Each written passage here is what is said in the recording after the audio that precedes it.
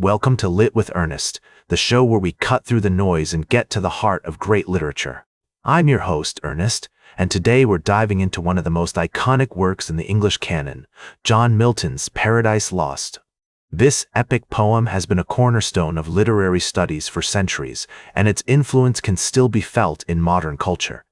But it's more than just a retelling of the biblical story. It's an examination of free will, morality, and the human condition.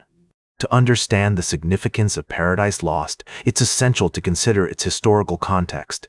Milton wrote the poem in the 17th century, during a time of great social and political upheaval in England. The English Civil War had recently ended, and the country was still reeling from the aftermath. Milton, a staunch supporter of the parliamentarian cause, saw the conflict as a struggle between good and evil, with the monarch representing tyranny and the parliament representing freedom. Milton's experiences during this time period heavily influenced his writing, particularly in his depiction of Satan as a charismatic and persuasive leader who rallies his followers against God. This portrayal has been interpreted by some as a commentary on the dangers of unchecked power and the importance of individual liberty.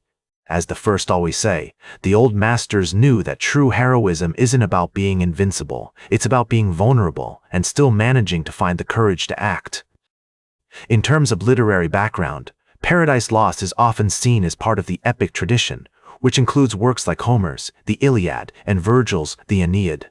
However, Milton's poem also draws on other literary influences, such as the biblical account of creation and the works of classical authors like Ovid and Dante. The poem's use of blank verse, a type of poetry that doesn't rhyme, was also innovative for its time and added to the sense of grandeur and majesty.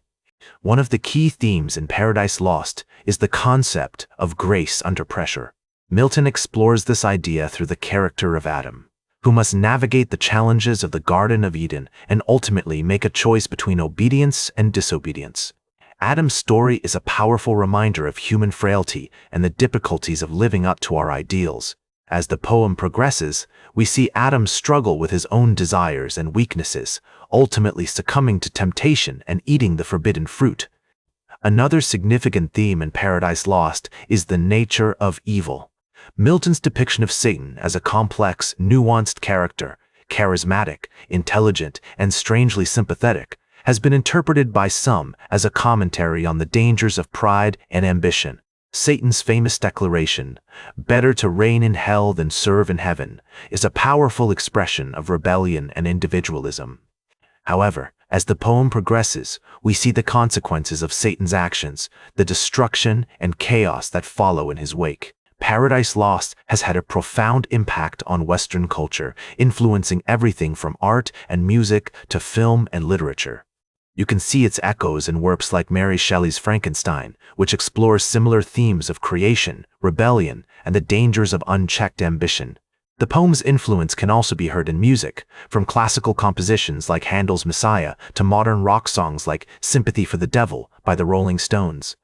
In addition to its cultural impact, Paradise Lost has also been the subject of much critical debate and interpretation.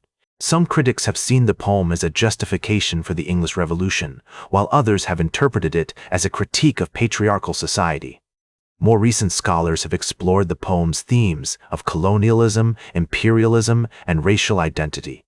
One notable example of the poem's continued relevance is its influence on the Romantic movement. Poets like William Wordsworth and Samuel Taylor Coleridge were heavily influenced by Milton's work, and their own writing reflects a similar emphasis on nature, beauty, and the sublime. The poem's exploration of the human condition, particularly in its depiction of Adam and Eve's experiences in the Garden of Eden, has also been seen as a precursor to the modern novel.